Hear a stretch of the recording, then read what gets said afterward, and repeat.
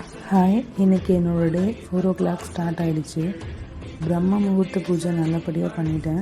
இதுக்கு முன்னாடி ஸ்டார்ட் பண்ணியிருக்கேன், பட் கண்டினியூஸ்லி என்னால் பண்ண முடியல. பட் இந்த டைம் ஒரு பாசிட்டிவ் வைப்ஸோடு பண்ணிகிட்ருக்கேன்.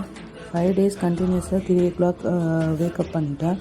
ஸோ த ஹோல் டே ஃபுல்லாக பாசிட்டிவ் வைப்ரேஷனோடு இருக்குது. எனக்கு தொடர்ந்து இந்த பூஜையை நான் கண்டினியூ பண்ணணும்னு நினச்சிட்ருக்கேன்.